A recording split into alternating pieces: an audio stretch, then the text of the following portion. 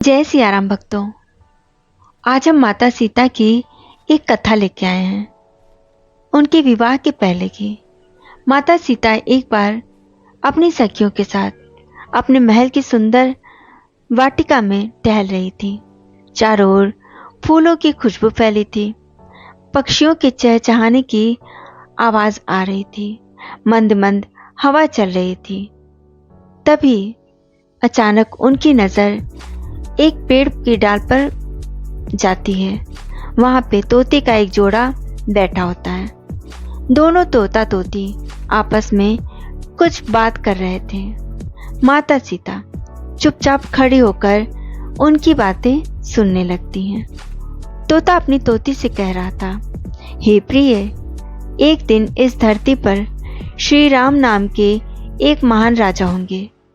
वे अत्यंत तेजस्वी, बुद्धिमान और धर्मपरायण होंगे। उनकी रानी का नाम सीता होगा। वे दोनों साथ में इस पृथ्वी पर 11,000 वर्षों तक राज्य करेंगे। उनके राज्य में सुख, शांति और धर्म का वास होगा। यह सुनते ही सीता जी का मन प्रसन्न हो गया। उन्होंने मन में सोचा, ये पक्षी तो मेरे और राम जी के बारे में पहले से जान रहे हैं। और ये कैसे जान रहे हैं? पक्षियों को जो है वो बुलवाती हैं, सेविकाओं से कहती हैं, इन दोनों पक्षियों को मेरे पास लेकर आओ। पक्षियों को पकड़कर बड़े स्नेह से, बड़े दुलार से उनके पास लाया गया। सीता जी ने मुस्कुराते हुए पूछा, बताओ तुम कौन हो? तुम ये सारी बातें कैसे जानते हो? तोते ने बड़े ही आदर भाव से कहा, मातेश्वरी, हम वन में रहने वाले साधारण पक्षी हैं, लेकिन हम दोनों अक्सर महर्षि वाल्मीकि के आश्रम के पास रहते हैं।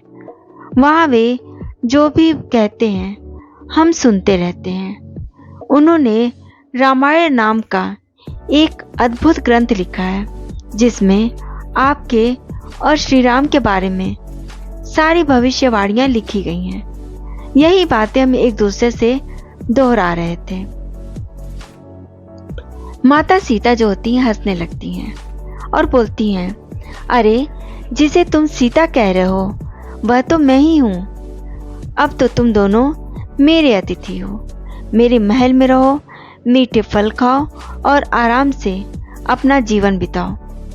तोते ने हाथ जोड़ते हुए कहा, माता जी, हम वन के प्राणी हैं। उड़ना, पेड़ों पर रहना, निर्भयता से विचरण करना, यही हमारी प्रकृति है। हमें बंधन में रहना अच्छा नहीं लगेगा। और फिर मैं गर्भवती भी हूँ। मुझे अपने घोंसले में जाकर अंडे देने हैं। कृपया मुझे जाने दीजिए। तोते ने भी गिड़गिड़ाकर कहा, माता जी, मेरी पत्नी को जाने दीजिए। यह मेरे हृदय का टुकड़ा है। मैं इसके बिना जीवित नहीं रह सकूंगा। जब यह अपने बच्चों को जन्म दे लेगी, मैं स्वयं इसे लेकर आपके पास लौट आऊंगा। लेकिन सीता जी ने मुस्कुराते हुए कहा, तोते, तुम्हारी पत्नी मुझे अत्यंत प्रिय लगती है। मैं इसे अपने पास रखना चाहती हूँ। यह मेरी सखी बनकर मेरे साथ रहेगी। तोते ने बार बार आग्रह किया।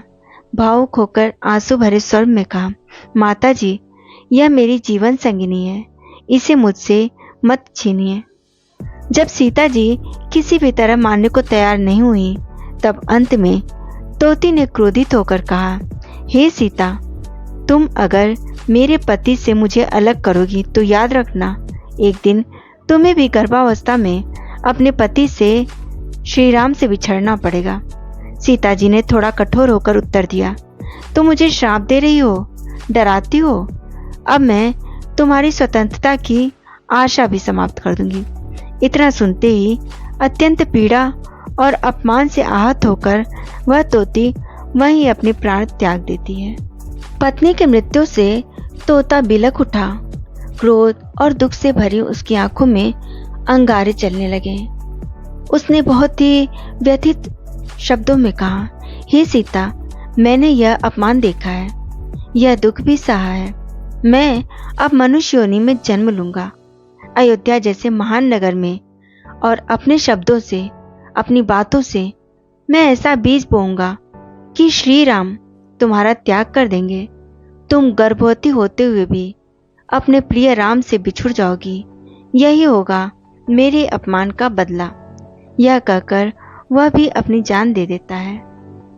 प्रिय दर्शकों, ये कथा केवल एक पौराणिक प्रसंग नहीं है, यह हमें यह भी सिखाती है कि कभी कभी हम हंसी हंसी में अपनी इच्छा से दूसरों की पीड़ा का कारण बन जाते हैं, और जब किसी की सच्ची भावना को ठेस पहुंचती है तो उसका परिणाम भी हमें भविष्य में भारी तरीके से भुगतना पड़ता है। सीता जी जैसी पुण्य आत्मा को भी अपने एक निर्णय का फल भुगतना पड़ा, और यह वही क्षण था जिसने आगे चलकर उस रामायण की नींव रखी, जिसमें सीता माता को गर्भावस्था में वनवास जाना पड़ा।